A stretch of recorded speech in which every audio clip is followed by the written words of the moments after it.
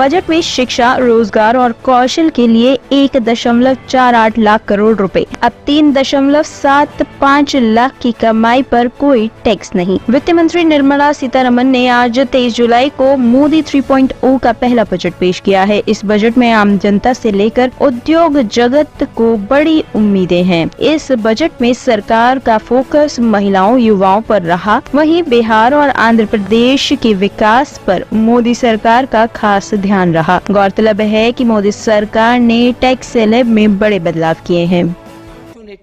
To our government to take the country on the path of strong development and an all-round prosperity. In the interim budget, we promise to present a detailed roadmap for our pursuit of Vikasit Bharat. In line with the strategy set out in the interim budget, this budget envisages sustained efforts on the following 9 priorities for generating ample opportunities for all. Number 1, productivity and resilience in agriculture. Number 2, employment and skilling. Number 3, inclusive human resource development and social justice. 4, manufacturing and services. 5, urban development. 6, energy security. 7, infrastructure. 8, innovation, research and development. And 9, next generation reforms. Subsequent budgets will build on these and add more priorities and actions. आतिशी को बड़ी राहत, मानहानि मामले में मिली जमानत। दिल्ली की Rouse Avenue court से मानहानि मामले में आप नेता आतिशी को जमानत मिल गई है। गौरतलब है कि भाजपा नेता प्रवीण शंकर कपूर ने आतिशी के खिलाफ शिकायत दर्ज की थी। आतिशी के समन के अनुपालन में अदालत में पेश होने के बाद उन्हें 20,000 रुपए के जमानत बॉन्ड और इतनी ही राशि के मुचलके पर जमानत दी गई।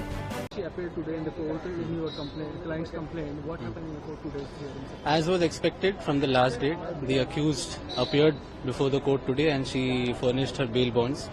There was an attempt by the counsels to even linger on the matter. They wanted a very long date. They wanted time to scrutinize the documents, but the Honorable Judge said that you already got the last 3 weeks to scrutinize the documents and this was just a delaying tactics. In any case, an opportunity was given for them to scrutinize, even though we've supplied the complete set, and now she has to follow the procedure on the next date. So, is there any condition imposed by the court while granting the bail? So this is a bailable offence, so as such there is no condition imposed, but now she has accepted the court's procedure and she is duly complying with it without even challenging the order at a higher court. So now as the steps have been laid down in the matter, she has to follow those. देखिए, आज से आतिशी जी ने आम आदमी party के नेताओं का jail and bell का ग्रुप ज्वाइन कर लिया है। अब ये सिलसिला चलता रहेगा, बेहतर होता वो आज जब आ ही गई थी तो न्यायालय में माफी मांग करके इस चीज को परमानेंटली सेटल कर लेती, मगर शायद अभी वो थोड़ा समय लेना चाहती हैं माफी मांगने में। मेरा मानना है उनके वकील ने प्रयास किया लंबी डेट लेने का, कामयाब नहीं हुए और ऐसे ही ये सिलसिला चलता रहेगा और ये बहुत जल्दी निर्णय होगा और आतिशी जी को माफी मांगनी होगी। उन्होंने किसी भी बड़े न्यायालय में अब तक तो कोई अपील या कुछ भी दायर नहीं किया है। लगता है वो न्यायिक प्रक्रिया को स्वीकार कर रही हैं, उसके अनुसार चल के देर सवेर माफी मांगना चाहती हैं, थोड़ा देर करना चाहती हैं बस। सर, क्योंकि वो कोर्ट में पेश हो गई, अदालत ने उन्हें कितनी राशि पर जमानत दी है? अदालत ने आज उन्हें 20,000 रुपए की बेल बॉन्ड और 20,000 रुपए की श्योरिटी 2 के आधार पर बेल दी है। उनके एक साथी कार्यकर्ता ने या किसी ने भी उनकी बेल दी है और इसके बाद अब ये मुकदमा चलेगा। सर, अब आगे सुनवाई के लिए कितनी तारीख मुकर्रर की गई है? अगली सुनवाई 8 अगस्त को है सुबह। दिल्ली में सड़क पार करते हुए टकरा गया शख्स, बहस के बाद 18 साल की लड़के की हत्या। उत्तर पूर्वी दिल्ली के भजनपुरा इलाके में पैदल सड़क पार करने के दौरान एक दूसरे से टकराने को लेकर हुए विवाद में 18 साल की लड़की की चाकू से गोदकर हत्या कर दी गई है। पुलिस ने आरोपी युवक को गिरफ्तार कर लिया है। 9 बजे का इंसिडेंट है ये, गोकुलपुरी फ्लाईओवर के पास में चलती फिरती सड़क है, काफी वहाँ पे चहल पहल रहती है। एंड वी वर सरप्राइज कि ऐसी जगह पे मर्डर हो गया। जो डिसीज है यंग लड़का है, 18 साल का, जिशान नाम का लड़का, इसकी शिनाख्त हुई। कारपेंटर का काम करता है। इसके छाती पे एक ही स्टार वुंड था और आसपास जब हम लोगों ने सीसीटीवी चेक किए तो एक लड़का उसमें दिख रहा था। तो इसमें हमने 4 टीमों का गठन किया था।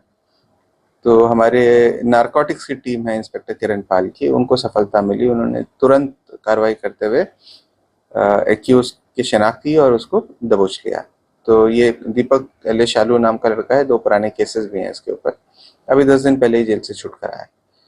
तो उससे वो चाकू भी हमने बरामद कर लिया जिससे मर्डर हुआ था। जब इससे पूछताछ की गई तो उसने बताया कि बिल्कुल ही जरा सी बात पे, जो सड़क क्रॉस कर रहे थे, आपस में धक्का मुक्का हुआ इनका और मरने वाले ने शायद इसके एक आध थप्पड़ मार दिया जिससे इनका झगड़ा बढ़ गया और फिर इसने चाकू से वार कर दिया था, फिर भाग गया था ये।